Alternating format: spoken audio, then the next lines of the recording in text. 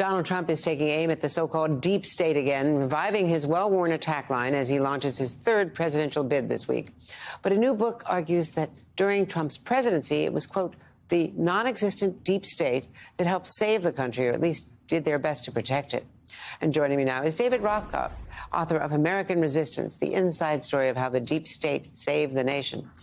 David, you're flipping the idea of the deep state, which Trump has described, as the enemy, the deep state, and saying that these are the people who served as guardrails, the military, the professionals, diplomats, and people like Tony Fauci.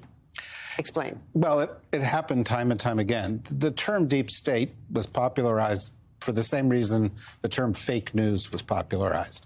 Trump was threatened by the truth, and so he wanted to be able to discredit it. He also understood, and people around him understood, that there were people in the government who were loyal to the Constitution, who followed their oaths, and who were not loyal to one particular politician or party. And those people made it hard for him to get what he wanted to get done.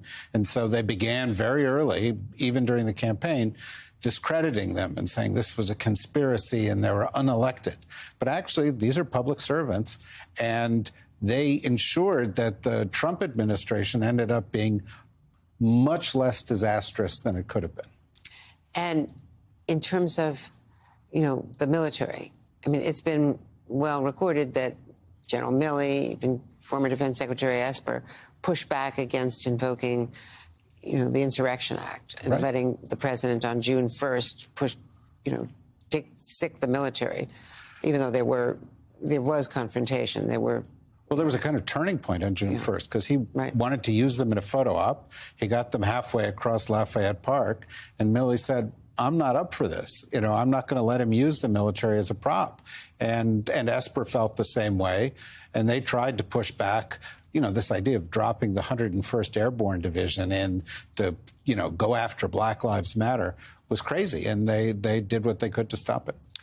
You also talked about the Muslim ban, and that was, of course, the Stephen Miller, policy that he was pushing. We've talked on the show a lot, and earlier in the program today, about how toxic he was. He was seen in Kevin McCarthy's office just yesterday when Nancy Pelosi was giving her speech, ending her, tenure, announcing that she was ending her tenure as Speaker. As Democratic leader, I should say, because clearly she was not going to be the Speaker any longer, but a big change. She's going back to being another Congress member, not in the leadership. And Steve Scalise was there. Republican Congressman Don Bacon earlier said, well, they didn't announce that she was going to do it then. It was publicly known because we were all reporting that that was a noon speech. They did announce it publicly. In any case, what about Steve Miller advising Kevin McCarthy right now? Well, I think that should be a warning sign.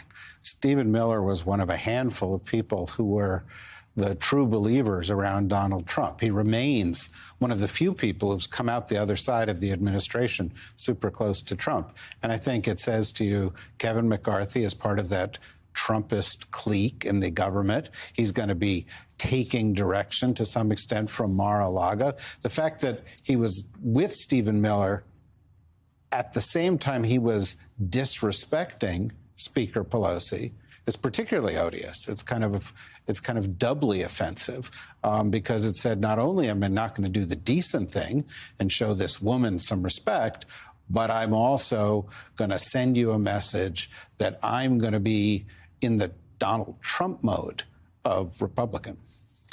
Now, let's talk about the State Department for a moment, because during that whole ugly impeachment saga, over Ukraine, when the ambassador to Ukraine was basically removed, who stood up? A lot of people in the State Department were very concerned from the Foreign Service that Mike Pompeo did not stand up for her. He rolled over and let her be fired.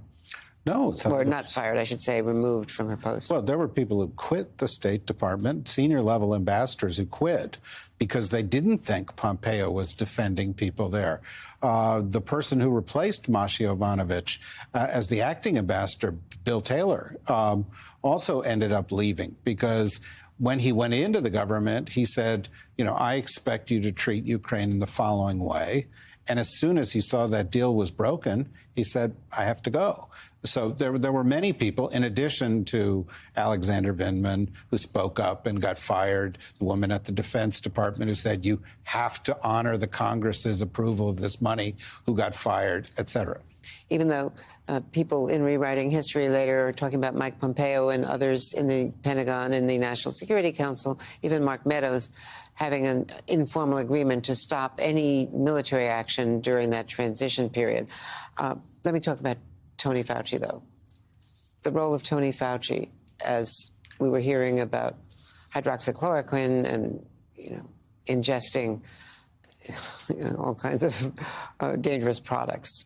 Well, he was part of a group of people that were constantly battling Trump craziness around COVID. From the very beginning, Trump wanted to downplay it. He wanted to suppress data. They had to come up with a way to coax him into doing something sensible, like the 15 days to stop the spread. And they ended up coming up with 15 days because they didn't think he'd approve 30. This was, almost every department found themselves trying to come up with Trump workarounds that allowed them to, respect him and his office as president, but at the same time, respect their oaths, not break the law, not do damage. And it was a constant balancing act. Well, the book is fascinating. And we should point out that they stopped a lot of really bad things from happening, but at the same time, a lot of really fine people left the State Department, just could not stand it anymore, and Justice Department. You had major departments losing senior-level professionals as a result of what was going on. No, significant brain drain, which has caused lasting damage, and they're still working to fill the void that was created by people who just simply couldn't work with Trump. David Rothkopf, it's brilliant reporting. We really appreciate your coming in today. Thanks a lot. American Resistance is the book, the inside story of how the deep state saved the nation.